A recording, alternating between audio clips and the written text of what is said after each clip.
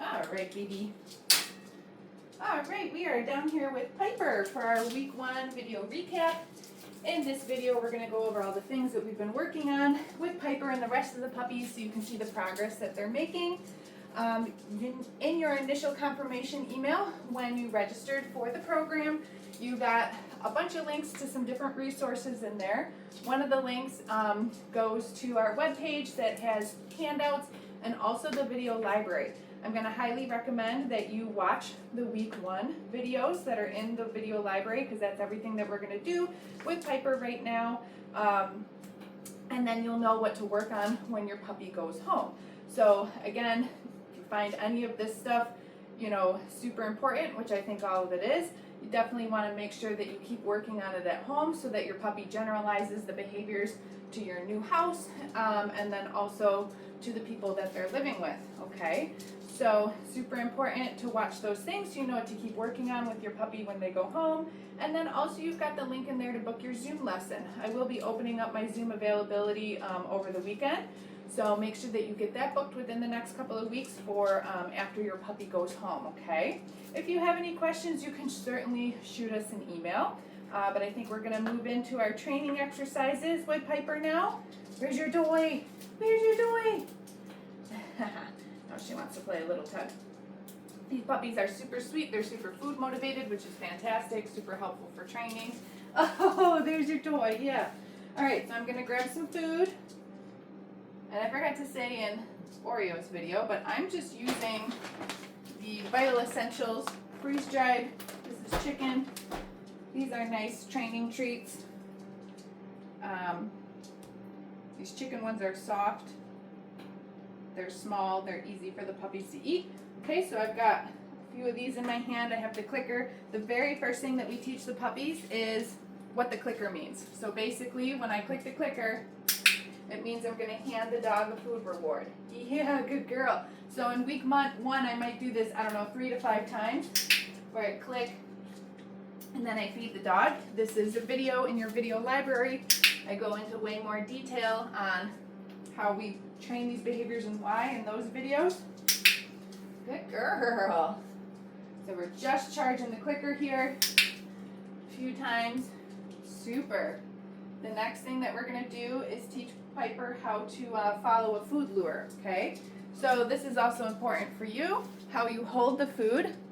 I hold it under my thumb against the flat palm, just like this, okay? I avoid holding food like this. This invites the dog to bite your fingers. This teaches your dog about bite inhibition and that they should lick to get the food and not bite, okay? So I'll show you how I do that now, holding the treat like this. I'm going to show Piper that I have the food under my thumb, and then when she follows the food, I'm going to click and then release the cookie. All right, so this is following a food lure, easy peasy, and because I'm holding the food the way that I am, she's licking it, she is not biting me. Super dog. Good girl. Okay, so we do that a couple of times. You can see she follows when I flip my palm around, that turns her around, right? So this is just as much, practice for you when the dog goes home as it is practice for the dog. Just practice following a food lure in week 1. Make sure you're good at that before you try to get your puppy to do all sorts of other things. Good dog. Good girl. Okay? Now we compare this following a food lure to teach her name. So easy peasy, Piper. And then shortly after I say her name, I click and release the cookie. Piper.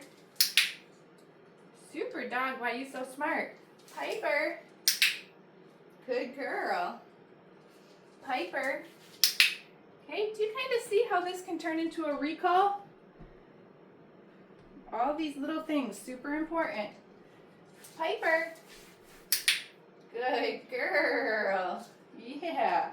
All right, sometimes we might want to reward our dogs or give them information by putting food on the ground. And I'm going to pair that with a release word. I don't just throw food on the ground willy-nilly. I don't want to teach my dog to just go for anything that drops on the ground. So that's why we pair it with a word.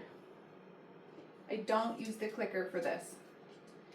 So if the puppy's gonna get food from my hand, Piper, click, release the food.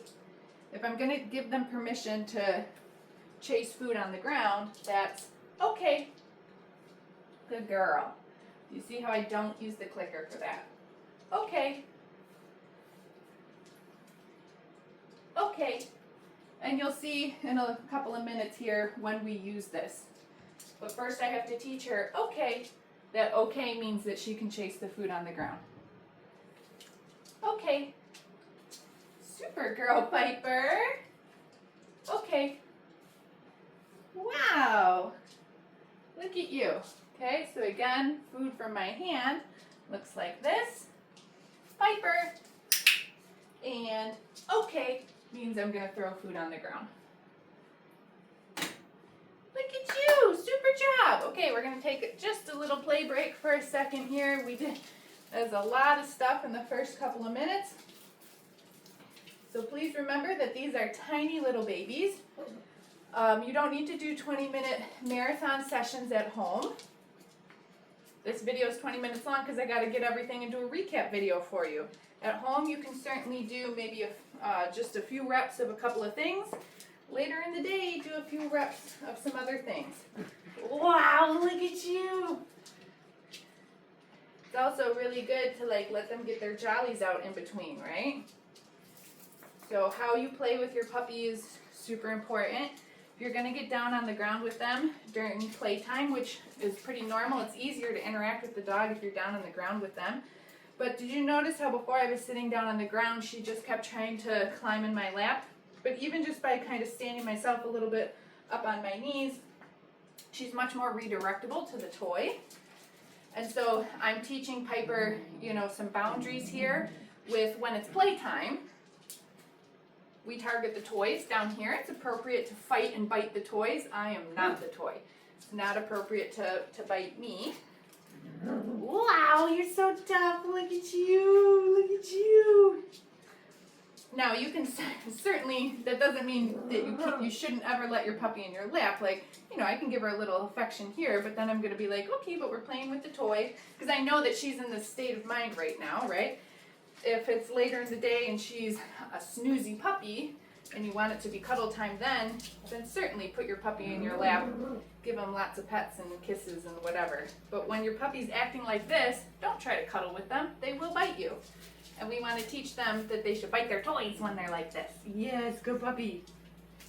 Wow, you're so tough. Look at you.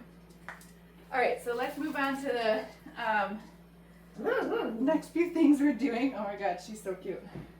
You like playing, huh? All right, now we're going to practice a hand target, which is going to look similar to the following a food lure, but it is different. So just to recap real quick, this was the food lure. See how connected she is? The hand target, she's going to disconnect from my hand. Okay, so I'm going to start by showing her that I have the food. Touch. When she reconnects, that's when I click and feed. Touch. We call this behavior touch. Touch. Super dog. Piper, touch. Good girl. Now I have no food. Touch. When I click, I'll still produce the food, but she's not following the food lure now. Piper, touch. Super. What a good girl. Piper, touch. Yeah, good. All right, let's work on our first position, which is sit. And we're going to use the release word okay for this behavior as well. So we're going to get her on that food lure. See how she's following the food lure, but then I'm going to lure her into the sit position. Watch your legs. There you go. Once she's in position, I feed her 2 cookies in a row. The very last one, okay, we release her out of position. I'll do that a few more times so you can watch. Hooked her on the food lure. Oh, it's in my hand. Good girl. Sit. Cookie 1. Cookie 2. Okay.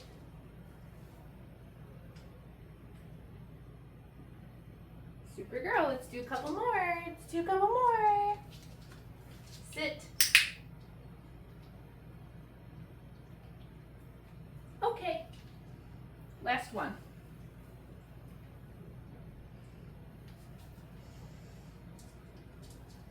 Sit. Super dog. Okay. Wow. You're so smart.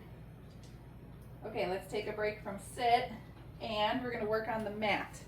This is going to be a stay behavior. We've got to build it in little pieces because these are tiny little babies. This is such a versatile behavior though, so again, if a stay is important to you, I highly recommend that you keep practicing this at home. So once she gets herself onto the mat, I'm going to feed her, whoops, I dropped that one, that was my bad, a few pieces in a row right on the mat. The last one, okay, I'm going to release her off of it. We're going to do this a few times in a row now. Each week, this will look more and more like the stay behavior. In week 1, we just want the puppies targeting the mat. So I don't really care if she's sitting, standing, or laying down. You might watch some of the other puppies' videos.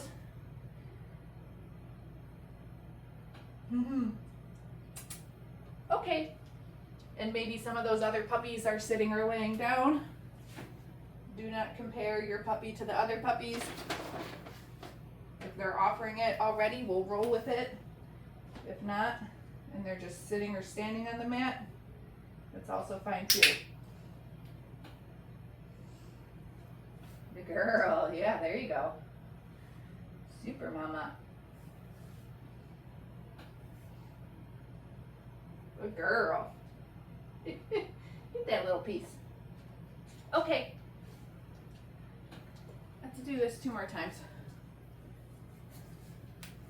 These puppies are super food motivated. I love it.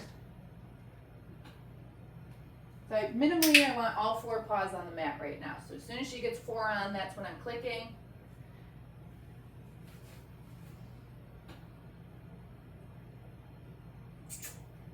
Okay. 1 more. Super dog.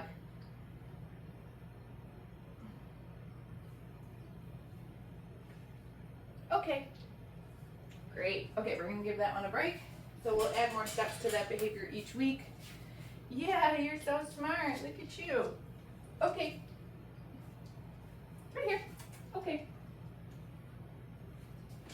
All right, the next thing I'm going to show you is we practice getting these dogs socialized with some different types of gear.